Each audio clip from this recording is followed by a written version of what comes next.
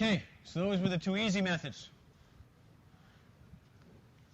We're back to kind of algebra now.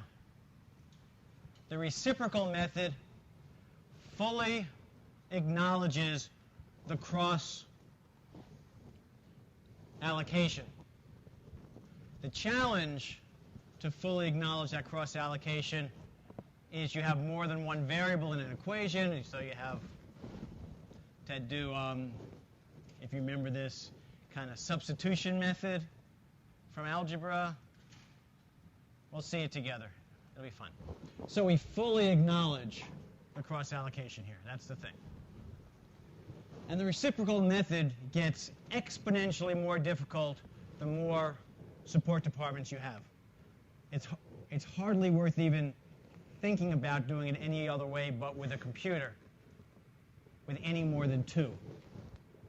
It gets to matrix algebra. Any of you ever take matrix algebra, study matrix algebra? Good. It's matrix algebra at that point.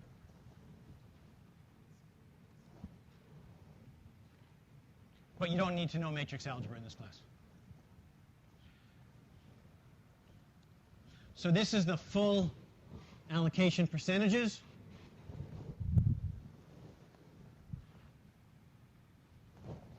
Remember, this was 50-50. This was 2/3, 1/3 when we did it the direct method way. So now you have to create simultaneous equations. Are these terms that are coming back to you at all? First, you create an equation. What's the total maintenance cost? It's the $300,000, which was its own cost, plus it gets 10% of the HR cost. So that's one of your equations. Maintenance is equal to $300,000 plus 10% of HR. Your second equation is HR is its own cost, $2.16 million, plus 12% of maintenance. Anybody remember how to solve simultaneous equations? Let's do it.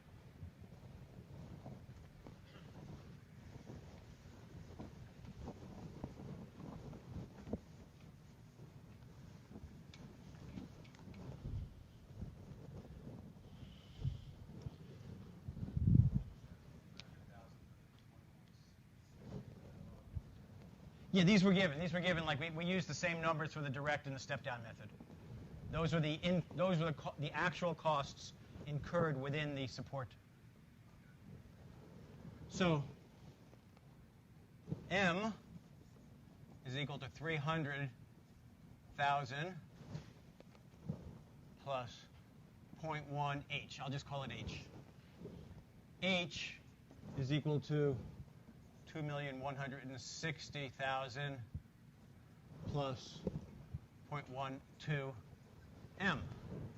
So to solve this, it's very tough to solve a problem with two variables, but we know that this whole thing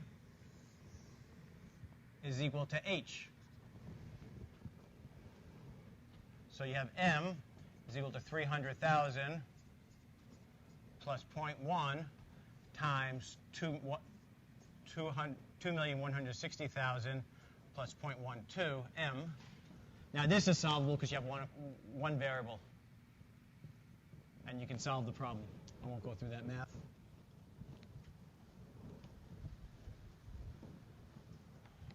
So you create simultaneous equations and you solve.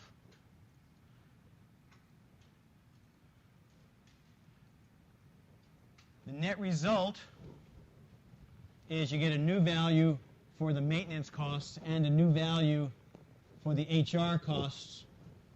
Notice that they're both larger than the initial values, right? But this is just a kind of a step towards the final solution because they have each other's allocation in there. Remember that maintenance started at 300,000 and HR started at 2.16 million. Now we get to allocate these out.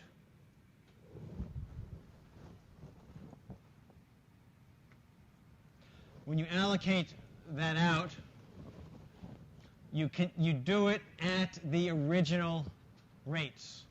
So this would be 0.44 and 0.44, not stepped up to 0.5 and 0.5.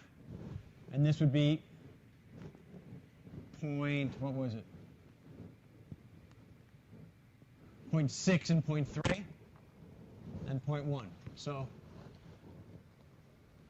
the net effect is the math here. It gives you a much more refined answer, a much more truthful answer, but is it materially different enough that it's worth the effort, is the question. And sometimes it will be, and sometimes it won't.